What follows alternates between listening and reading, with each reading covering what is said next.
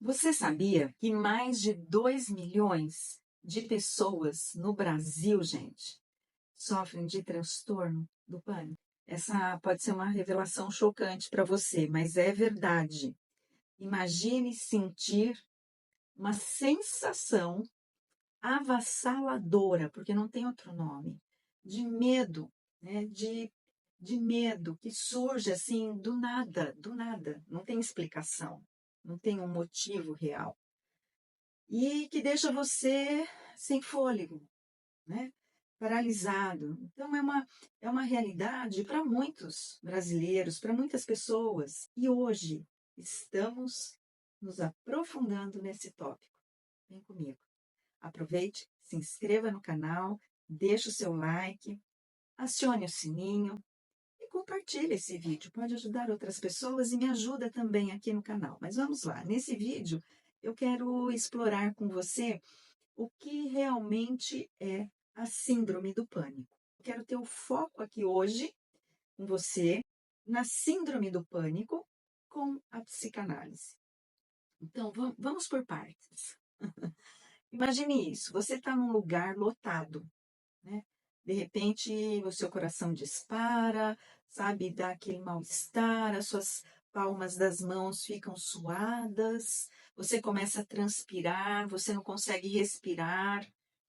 E estes são apenas alguns sintomas que vêm, né, que surge como um aviso prévio assim da síndrome do pânico. As lutas psíquicas podem fazer com que as pessoas se sintam isoladas, desamparadas, abandonadas. Essa evitação, ela pode levar a um ciclo de ansiedade que pode parecer impossível, gente, impossível de quebrar. É difícil e muitas pessoas me perguntam: por que isso acontece comigo? O primeiro passo para a gente poder falar numa transformação, os nossos ataques de pânico podem ser desencadeados por traumas passados. Exatamente, podem ser desencadeados por traumas passados da nossa infância, mas de uma infância primitiva, lá no início da vida, que a gente vai lembrar dos traumas. A gente não vai lembrar dessa perturbação, né? A gente não vai lembrar o que é que aconteceu, porque nós não nos lembramos dos traumas na maior parte das vezes. Alguns sim, mas outros não. Então, imagina, uma panela de pressão. Se você não tira aquele vapor, o que vai acontecer? Aquela panela de pressão vai explodir. E a mesma coisa acontece aqui. Muitas vezes, os ataques de pânico, eles podem ser desencadeados por esses traumas que não foram resolvidos na sua vida. E ele vai aumentar se não sai, né? Fazendo aí fazendo a comparação com a panela de pressão. Até rimou, né? Então, a psicanálise, ela nos ajuda, gente, a trazer à tona esses pensamentos e sentimentos ocultos. Sabe aquele sentimento que você fala assim, lá no fundo?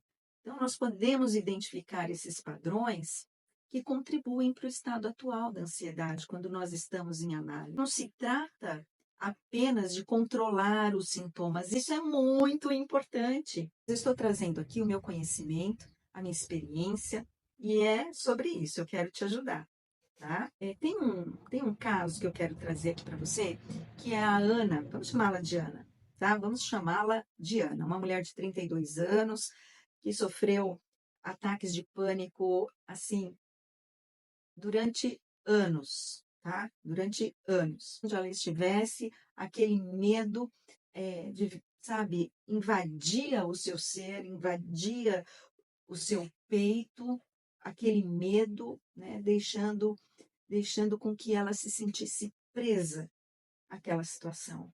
Aí ela começou, né? Foi buscar terapia, ela veio fazer análise, e ela começou a explorar as experiências dela, as experiências da infância. Então, ela descobriu que os ataques de pânico dela eram frequentemente desencadeados por sentimentos de abandono. ela ficava muito sozinha. A mãe saía para trabalhar, os pais se divorciaram e ela teve esse trauma, mas já numa idade em que ela compreendia as coisas.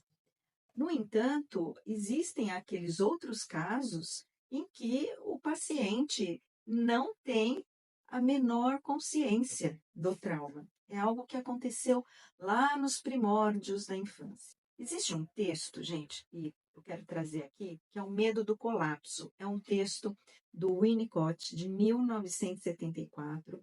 Ele explora o conceito, né, do colapso emocional.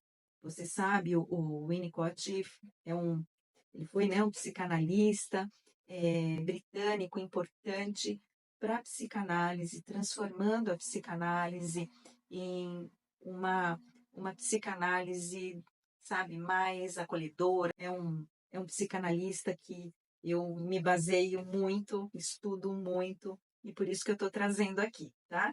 É um texto que eu acho que é bem importante, mas você não precisa entender a fundo o texto. Eu vou descomplicar aqui e aplicar, na verdade, para o nosso tema. O medo do colapso, segundo ele, é uma antecipação de uma catástrofe psíquica. Exatamente. Que, na verdade, está enraizada em uma falha ambiental. Que falha ambiental? Falhas, né? São falhas consistentes da função materna nesses estágios iniciais da vida do bebê.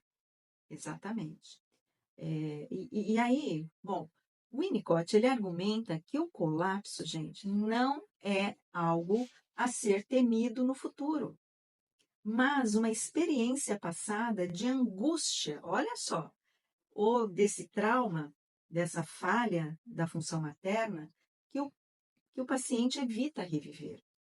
O trabalho terapêutico, portanto, envolve, em primeiro lugar, a criação de um ambiente emocional suficientemente seguro, confiável, e esse paciente possa reexperimentar esse colapso de maneira contida, processando essa angústia. Esse texto ele destaca a importância da gente tratar essas questões que estão, sim, no passado, gente, mas a gente não lembra. Então, quer dizer o quê? O paciente vai trazer para o analista as situações presentes, porque vai aparecer. Não estamos falando da síndrome do pânico? Então, você não está pensando no que, sabe, que a sua mãe um dia demorou para aparecer, para dar uma mamadeira, enfim, e que acontecia isso com uma certa recorrência. O Winnicott, ele sugere que nos primeiros estágios da vida, o bebê, ele não tem um ego, ele não tem um ego próprio. Ele depende da mãe para regular as suas necessidades emocionais, físicas. E se a mãe ou o cuidador, ou cuidadora principal, se a mãe falha em atender de maneira consistente essas necessidades, né, essas excitações, seja por não estar presente emocionalmente ou fisicamente, o bebê experimenta essa sensação de caos, de desintegração. Esse tipo de falha cria, sim, um trauma primitivo. Olha que interessante. Que não é necessariamente consciente, mas está registrado no psiquismo do indivíduo. Ninguém fica pensando, né? A minha mãe, eu tive uma sensação de desamparo quando a minha mãe não apareceu na hora que eu estava com fome e tal.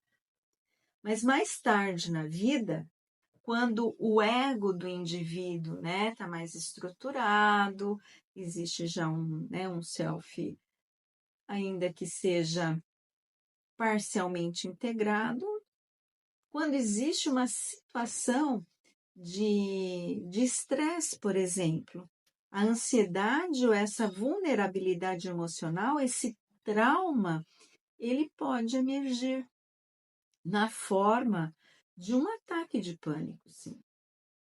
Então, durante o ataque de pânico, a pessoa sente uma ameaça iminente e uma perda de controle. A pessoa sente uma perda de controle sobre si, como se estivesse à beira de um colapso. Esse colapso, de acordo com o Winnicott, ele remonta, né, esse trauma primitivo, que foi causado pela ausência dessa figura protetora, dessa figura materna. Então, a relação entre o ataque de pânico e essa falha materna precoce está na revivência de uma experiência primitiva de desintegração ou de não integração. E o paciente tem muito medo, é o medo da morte, é o medo do desamparo, é o medo do cair para sempre. Mas, olha só que interessante, ele nunca viveu isso. Ele nunca viveu de maneira consciente. Então, o ataque de pânico, ele seria essa manifestação, né, desse colapso psíquico não resolvido, antecipado. Esse processo, né, de reviver, né, de revivência, mediado pelo ego do analista, ele permite que o paciente reencontre a experiência traumática, mas que experiência traumática original, de uma forma que agora possa ser contida, elaborada, integrada ao seu próprio eu. Então, o analista, ele sustenta essa pulsão, essa excitação, acolhendo-a de maneira que possibilita a construção de um sentido para algo que antes era vivido como pânico. Esse tipo de acolhimento, gente, cria a possibilidade de uma nova experiência emocional. Olha que bacana. Diferente daquela original.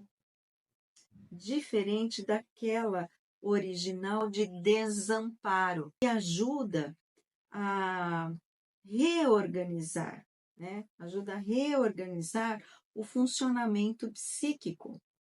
É completar um ciclo que ficou interrompido na infância. Eu quero ouvir sua opinião. Né? Você ou alguém que você conhece teve ataques de pânico? Compartilhe as suas experiências, me escreva aqui nos comentários, escreva abaixo. E se você achou esse vídeo útil, não se esqueça de conferir os meus outros vídeos sobre temas de saúde mental. Juntos a gente pode quebrar, sabe, esse estigma de apoiar uns aos outros nessa jornada para a gente se compreender melhor. Então, gente, olha, obrigada. Um grande abraço e até a próxima. Então, com mais conteúdos. O que você gostaria de ver aqui no canal? Comenta aqui comigo também. Se você chegou até aqui, olha, não esquece de deixar. Oi, Andréia, cheguei até aqui com você. Tá bom? Essa frase. Aí eu vou saber que você me acompanhou até o final.